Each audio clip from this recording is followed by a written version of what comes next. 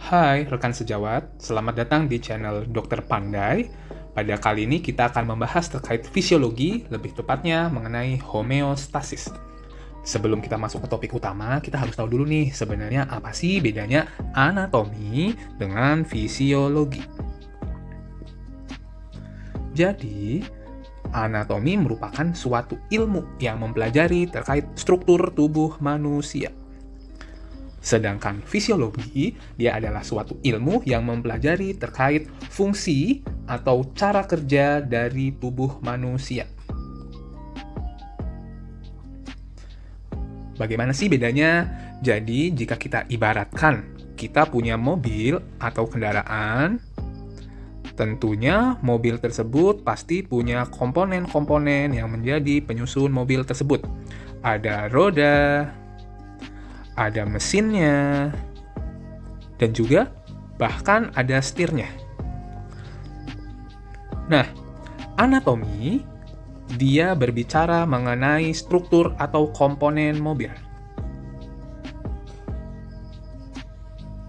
Sedangkan fisiologi dia berbicara mengenai bagaimana cara komponen-komponen mobil dapat berfungsi sehingga mobil dapat melaju.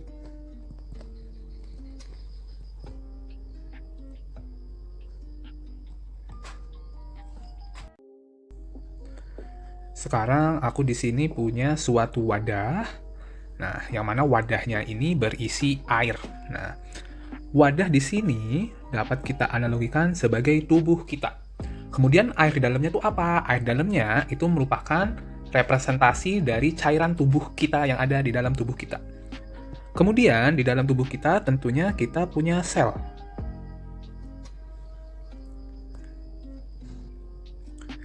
Jadi, perlu kita ketahui bahwa sel kita itu tidak hidup di ruang hampa, tetapi sel kita itu hidup di dalam cairan.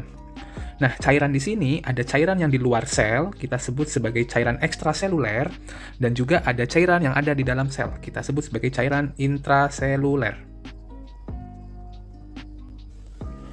Untuk bertahan hidup, tentunya sel memiliki berbagai kebutuhan. Nah, sebenarnya apa aja sih kebutuhan dari sel?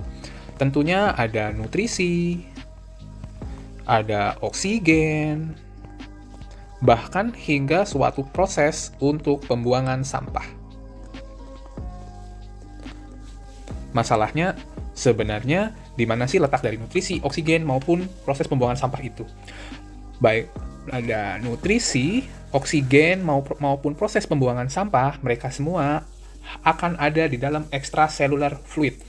Oleh karena itu, extracellular fluid itu juga berperan sebagai lingkungan internal.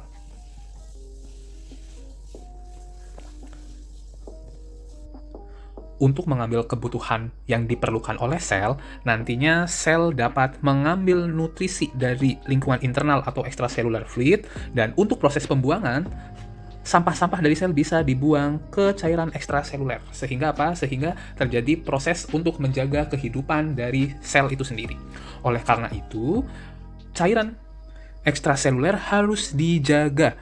Dijaga apanya? Baik suhunya, kemudian kadar nutrisinya, bahkan hingga tingkat keasamannya atau pH-nya. Bagaimana cara melakukannya? Tentunya dengan cara melalui suatu proses yang kita sebut sebagai homeostasis. Apa itu homeostasis?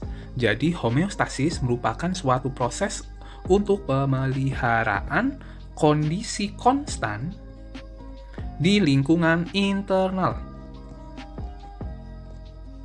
Tadi ingat nggak lingkungan internal itu di mana? Lingkungan internal adalah extracellular fluid. Jika kita misalkan di sini, jika saya punya timbangan, misalnya suhu, kemudian ada keringat. Agar suhu dapat turun, tentunya kita perlu meningkatkan keringat. Sehingga nanti posisinya berubah menjadi seimbang. Kenapa bisa seimbang? Karena jumlah keringat akan meningkat dengan harapan apa? Dengan harapan suhu dapat dibuang ke alam atau ke lingkungan luar.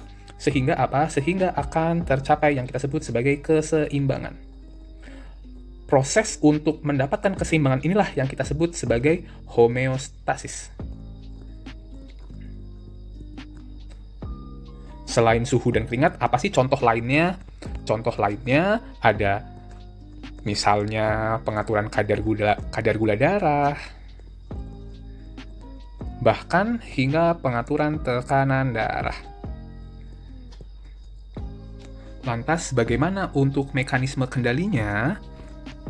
Untuk mekanisme kendalinya dibagi menjadi dua. Yang pertama, yaitu ada yang kita sebut sebagai negative feedback. Yang kedua, akan kita sebut sebagai positive feedback. Tetapi, sebelum ke sana, kita harus tahu dulu bagaimana proses kendali ini dapat dilakukan.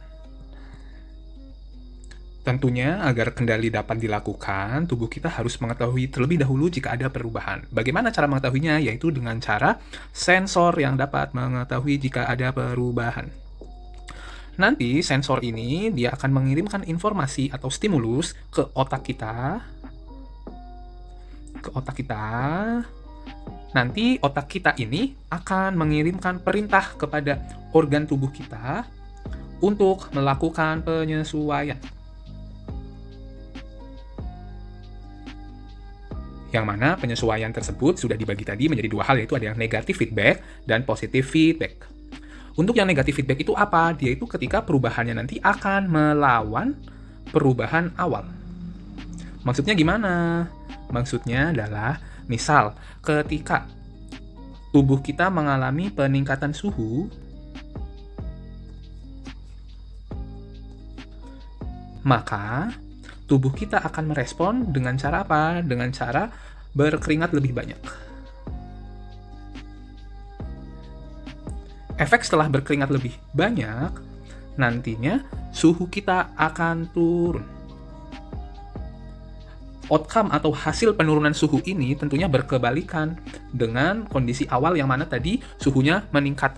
Hasil yang melawan perubahan awal inilah yang kita sebut sebagai negative feedback. Berkebalikan dengan negative feedback, positive feedback akan memperkuat perubahan awal.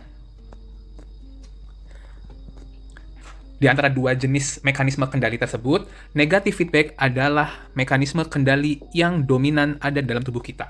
Untuk yang positive feedback ada, tetapi relatif jarang dan lebih spesifik.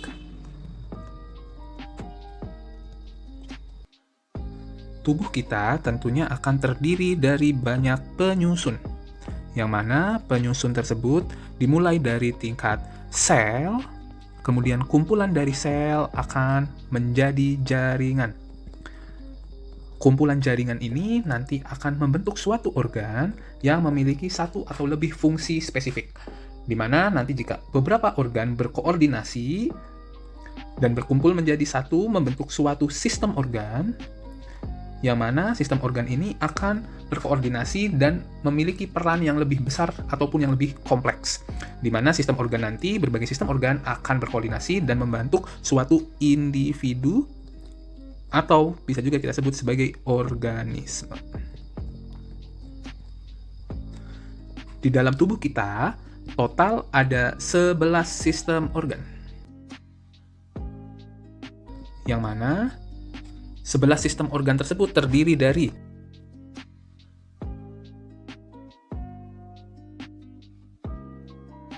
semua sistem organ yang akan kita pelajari nanti hanya memiliki satu tujuan. Apa itu satu tujuan? Satu tujuan tersebut adalah homeostasis atau keseimbangan. Harapannya dengan menjaga homeostasis, seluruh fungsi dari struktur di tubuh kita dapat berjalan dengan normal. Oleh karena itu, di video berikutnya kita akan mulai dengan sang bos, yaitu sistem saraf, yang dia berfungsi sebagai sistem kontrol di tubuh kita. Oke, sampai jumpa di video selanjutnya terkait sistem saraf.